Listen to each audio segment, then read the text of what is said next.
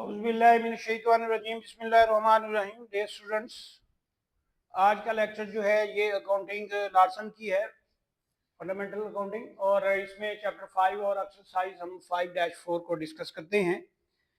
तो यहाँ एक्सरसाइज 4 में जहाँ वो हमें बता रहा है कि कंपनी के पास जो हैं 1000 यूनिट पड़े हुए हैं, उन्होंने जो ख़रीदे थे 10 के हिसाब से। अब इसमें से वो कह रहे हैं कि सेल कर दिए इन्होंने और 5 मई को, और वो सेल किए हैं 600 यूनिट 14 के हिसाब से, और टर्म लग गई है। तो हम यहाँ एंट्रीज की पास करते हैं सेल की 2/10 उसकी लगी हुई है। तो हम एंट्रीज पास करते हैं जो कंपनी स्पेयर पार्ट्स की बुक्स में। तो इसमें मई 1 है, मई 5 आ गया, मई 5 चीज़ें बेच दी हैं, अकाउंट रिसीवेबल डेबिट, और विद इन ब्रैकेट जो है उसका नाम लिखेंगे टू डी सोटो कंपनी, और सेल्स को क्रेडिट कर देंगे। और यहाँ अमाउंट हमारे पास आ जाएगी, और टर्म इसका 2/10, और N60 है, और ये हमने बेचे हैं 600 ज़रब 14, तो 14 से हमने मल्टीप्लाई कर लेंगे तो ये आ जाएगा हमारे पास 8,400 डॉलर्स की बात है। 8,400 की सेल हो चुकी है।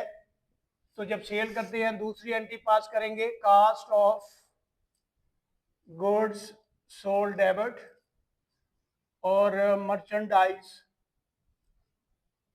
Inventory credit.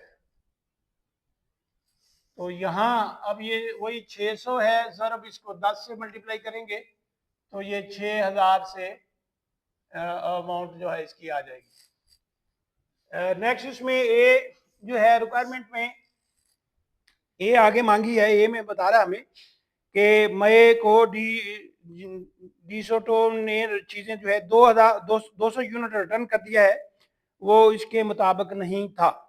तो यहाँ अब ए में ये चीज़ें रिटर्न हो रही, तो दोनों एंट्रियाँ उलट जाएंगी। Sales returns and allowances debit account receivable, with in bracket उसका नाम लिख देंगे डी सोटो कंपनी। और ये 200 यूनिट हैं, 200 को 14 से मल्टीप्लाई किया तो ये 2800 से एंट्री आ जाएगी। इसी तरह मर्चेंडाइज इन्वेंट्री को डेबिट करेंगे, इन्वेंट्री डेबिट, और cost of goods sold credit.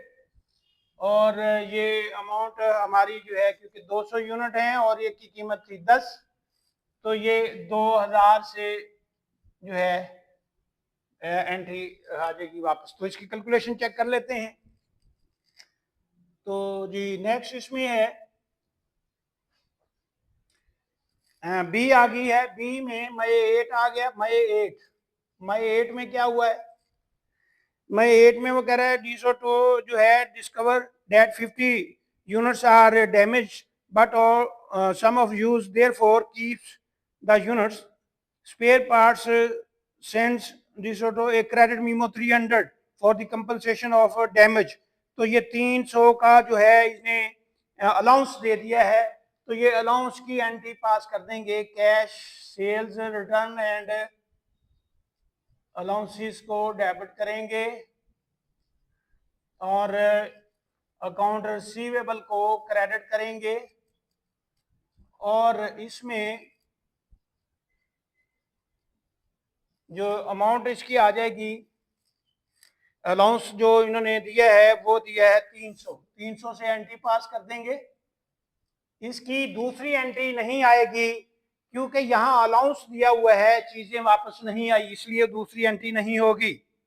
अब आ गया नेक्स्ट सी में वो कह रहा है कि हमारे पास जो है 100 यूनिट हैं, और ये जो है रिटर्न किए हैं उसने 100 यूनिट स्पेयर पार्ट्स को, concludes these can not be resold, उन्हें हम बेच नहीं सकते। As a result spare parts discarded them, it removes them the cost of goods sold and the record of the loss of the defective material merchandise. तो यहाँ वो कह रहा है कि ये इसको जो है हम जो है बेच नहीं सकते, तो इसको हम सीरियस से जो है एंट्री इसकी पास करेंगे। और यहाँ जो है हमारे पास सी में आप देखते हैं तो ये 100 हैं, 100, तो यहाँ 1400 के हिसाब से जो है चीज़ें वापस आई।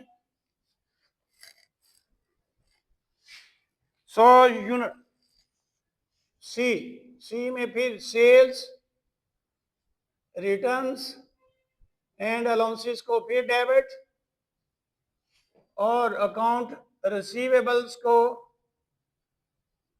क्रेडिट कर देंगे, और कंपनी को उसका नाम विद इन ब्रैकेट लिख देंगे। और ये यूनिट हमारे पास आ रहे हैं 100 और एक है 14 से इसे 100 को मल्टीप्लाई किया तो ये हमारे पास आ गए हैं 1400। तो ये 1400 से एंट्री पास कर देंगे। अब वो कह रहा है कि जो ये यूनिट वापस आ रहे हैं तो ये हमें जो है हमारे इस्तेमाल में नहीं है और ना ही इसे बेच सकते हैं। तो उसने हमें खुद बता दिया कि ये इसकी एंट्री पास करेंगे लॉस को, लॉस फ्रॉम डिफेक्टिव मर्चेंडाइज को डेबिट करेंगे और कास्ट ऑफ गुड्स सोल्ड को क्रेडिट कर देंगे। और यहाँ लागत वही हमारी कि 100 ज़रब 10, तो ये 1000 से ये जो है एंट्री हम पास करेंगे। तो ये जो है 3 रिक्वायरमेंटें थी इसमें, वो हमने की हैं जी। Thank you ji.